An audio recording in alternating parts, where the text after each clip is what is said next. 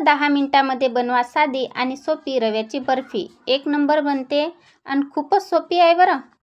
नमस्कार, मी संजीवनी, स्वागत आहे तुमचं आपल्या एका नवीन दिवसाच्या नवीन ब्लॉग मध्ये। तर आज मी नवीन पदार्थ बनवून दाखवतो। म्हणजे रव्यापासून मस्त स्वीट असं काहीतरी बनवतो। तो एकदम झटपट होते। हे जे मी पदार्थ बनवणार आहे तो व्हिडिओ पूर्ण पहा तुम्ही। तर सर्वात आधी मी काय करतो, गॅस पेटवतो। 1 वाटी रवा घेतला मी। रवा बारीकच घ्यायचा। गॅस पेटवल्याच्या नंतर याच्यात तेल नाही टाकायचं, तूप नाही टाकायचं, काहीच नाही टाकायचं। डायरेक्ट आपल्याला रवा सोडून द्यायचा आहे आणि मस्त भाजायचा, एकदम कलर येपर्यंत भाजून घ्यायचा आहे असंच। आणि जास्त पावर नाही करायचं, जास्त पावर केलं तर काय होते, रवा जळून जाते। त्यासाठी मध्यम पावरवरच आपल्याला रवा भाजून घ्यायचा आहे। आपला रवा भाजेपर्यंत मी काय करतो, आता इलायची घेतो, इलायची, आणि ते आपल्याला इलायचीचे फोत्र काढून घ्यायचे आहेत। असे फोत्र काढून घेऊ आणि त्याला कुटून घेऊ मस्त। असे सर्व इलायचीचे फोत्र काढून घेऊ। आणि हे जे मस्त मोठे मोठे असतात ना, याच्यातले बिया, हे मस्त लागते, याचा वास मस्त येते। इलायचीच्या बियाची पावडर बनवून घेऊ। आता काय होते, कधी कधी आपल्या घरी पाहुणे येतात। पहिले पाहुणे येत होते, 8-8 दिवस राहत होते, नाही निदान 2 ना 3 दिवस तर राहतच होते। आता कोणीच राहत नाही, प्रत्येकाच्या घरी गाडी आहे, 2 व्हीलर आहे, 4 व्हीलर आहे, येतात, चहा पितात, निघून जातात। आणि आपण काय करतो, लेसले पोहे करतो, चहा करतो। त्याच्यापेक्षा एकदम सोपी झटपट होणारा हे आपला पदार्थ आहे, रव्यापासून तयार होते। आणि शिरा कसा आता कोणी खात नाही, तर लेसले दुसरं काही केल्यापेक्षा हाच पदार्थ काहीतरी गोड बनवून द्यायचा। आणि एकदम सोपा आहे आणि झटपट होते। आणि आपल्या घरी आता भाऊ आले समजा, किंवा माहेरचे पाहुणे आले, तर हे रेसिपी त्याला नक्की करून द्या आणि मस्त आवडीने खातात बरं। हा रवा जो आहे याचा मोठा पावर करायचा नाही। आणि हा रवा आहे ना, आपल्याला मस्त भाजून घ्यायचा आहे, कलर येईपर्यंत भाजून घ्यायचा आहे। त्यांना काय होते, रव्याचा चिकटपणा सर्व निघून जाते, तोपर्यंत आपल्याला भाजायचा आहे। भाजल्याच्या नंतर एकदम असा घमघमाट वास येते, त्यावेळेस समजून जायचं आपला रवा मस्त भाजला गेला। लगेच पावर कमी करून घ्यायचा, त्याच्यातनी तूप अर्धी वाटी टाकून घ्यायचा। तूप घ्या किंवा तेल घ्या, कमी जास्त तुम्ही त्याचा वाढू शकता, कमी करू शकता।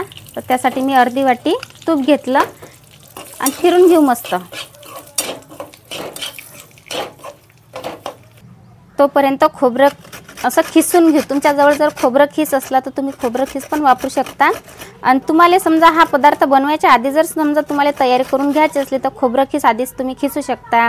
काजू बदामचे तुकडे पण बारीक करू शकता। आपण काजू बदाम पण याच्यातून बारीक होते का पाहू, होत असेल तर काढून घेऊ, नाही तर मग तुकडेच करायला लागतील। हे पहा एकदम बारीक होते, त्याच्यापेक्षा आपण असे काप करून घेऊ चाकून। हे पहा असे काजू बदामचे मी तुकडे केले आणि खोबऱ्याचा असा खिस करून घेतला। तर मी गॅस थोडा वेळ बंद केला होता, पाहू शकता तुम्ही। आता मी डबल चालू करतो गॅस, कारण की जळत होता ना रवा, त्याच्यासाठी मी गॅस बंद केला होता।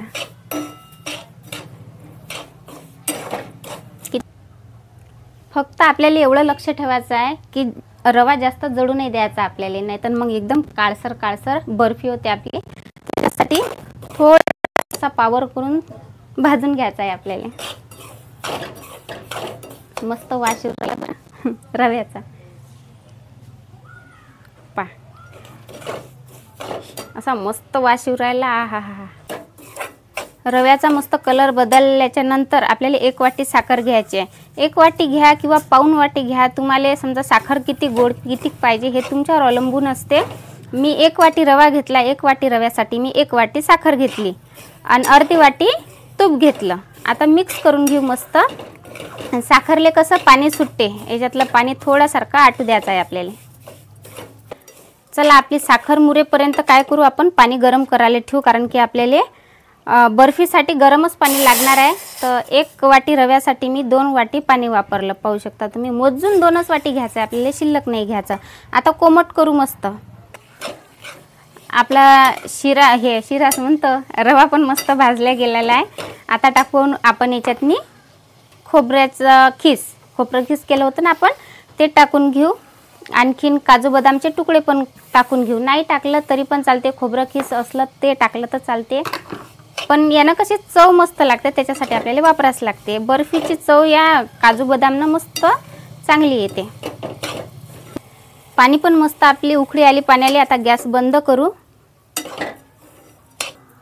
आता आपल्याला पाण्याचा वापर करायचा आहे, तर थोडं थोडं टाकायचं आहे, कारण की पाणी गरम आहे बरं आणि गॅस पण चालूच आहे आपला, तर थोडंसारखं पाणी टाकायचं आहे.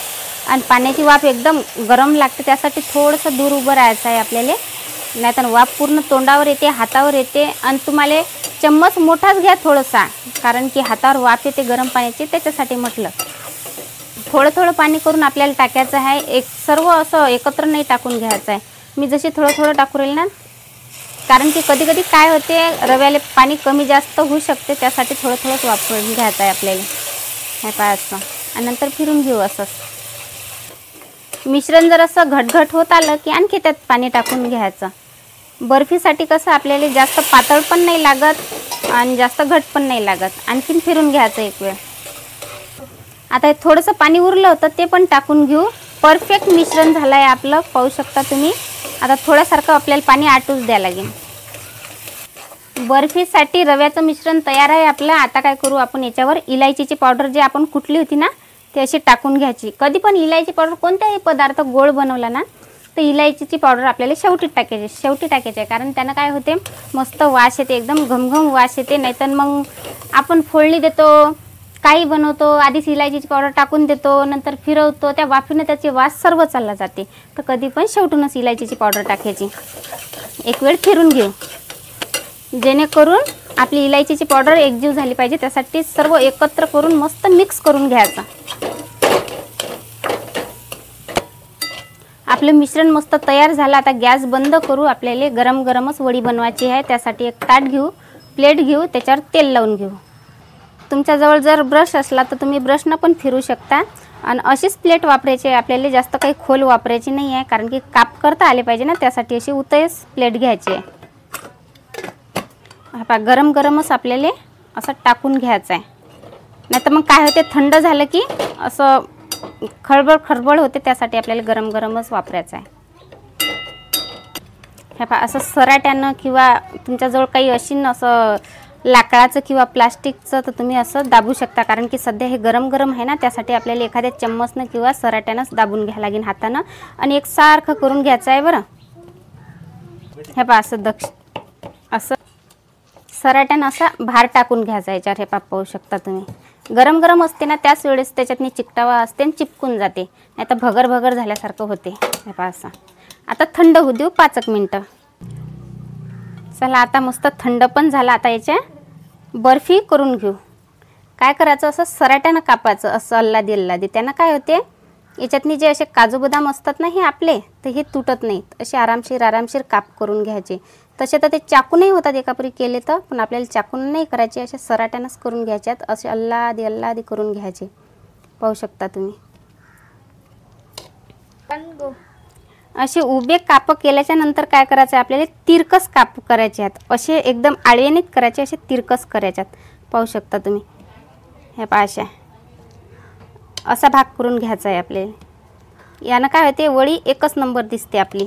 आणि ज्यावेळेस आपण पाहुणेले देतो ना किंवा घरी बनवतो, प्लेटीत घ्यायला चांगली वाटते आपली.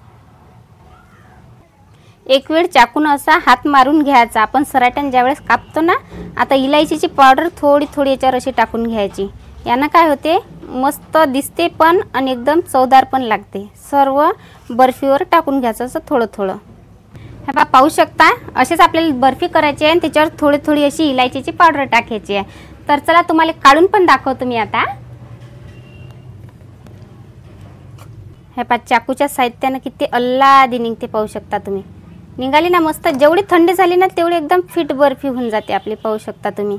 आणि जशी आपण लग्नात खातो ना, हे तशीच बनते. लग्नात किंवा विकत आणतो तशीच सेम टू सेम निघते.